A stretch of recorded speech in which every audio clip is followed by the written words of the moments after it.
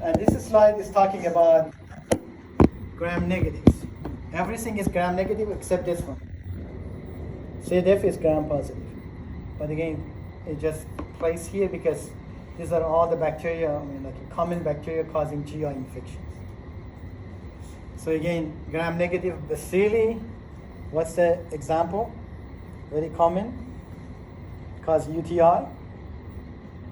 What bacteria cause UTI? No. The bacteria that lives in the colon. E. coli. Again, an example of gram-negative bacilli is E. coli, Pseudomonas. But E. coli, right, if it goes somewhere else than the colon, so it's normal flora of the colon, right, gut? So in your colon, you have billions of this E. coli growing and having fun and doesn't any harm to us. But if you take that and put it anywhere else, E. coli goes to the, even if the E. coli goes to the stomach, can cause food poisoning, right? Goes to the ears, cause infection. Goes to the kidney and urinary tract, cause UTI. Again, another bacteria that is common among children before, Haemophilus influenzae, for example.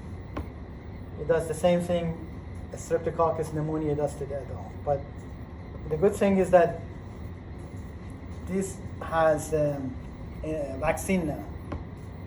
What the vaccine called? No, I have to go look. But there is a vaccine for it. So that's why the rate of infection drops significantly among children. I'll check it while you're doing the concept map. Is it RSV? No, I'll check. And then this group, like for example, Salmonella, right? Salmonella and the E. coli kind of outbreak is very common with the Chipotle stuff that I said, right? The lettuce, like those things that cause the food poisoning, right? So again, that can happen because there is contaminations. Again, C. diff is the one that is a gram positive, but is categorized here with this bacteria to show that it has a GI infection. Again, next week we're going to talk about antibiotics, right? And that's going to be lovely lectures to learn all those different antibiotics.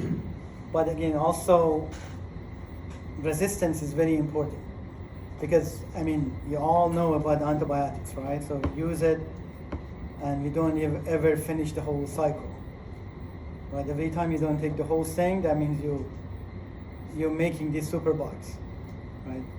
And for that purpose, like very commonly, the bacteria doesn't respond to the antibiotic that they used to. So resistance is very problematic. We're going to talk about that one. And then always vaccine is very important, right? Anytime you give vaccine, so you eliminate some of the infections, so you don't need to use the antibiotics. For those of you that are anti-vaccine, I am pro-vaccine, so I'll always advertise the vaccine. But some of you, but you know, so the vaccine are very important, saving life. You know, make sure that resistance is dropping among the antibiotics. And we're going to talk about those next week. Questions? All right. That's all for today, and now it's concept map time. So you have until 3:50 to submit your concept map. Right? Divide it to your group, finish it, submit it. If you submit, that's all you need to do. But again, have it it's up to you. I have a paper if you want to draw. If you wanted to come. Yeah. Are we presenting anything? Yes, one of you guys are going to present. Today I'll or a pick different one. day? I'll pick your group. Don't worry. Just break down to your group. So you're all sitting next to your group members? Yes? You arranged that beforehand? So for the case study, you wanted us to stick to strictly what's on the case study, not like Not the potential. No. Everything is that in the case study, except because I had like on treatment and stuff, I added a couple of extra things like that. I mean, it's No one is there, right? It's not going to deduct the point if you add, but you don't have to. Oh, okay. So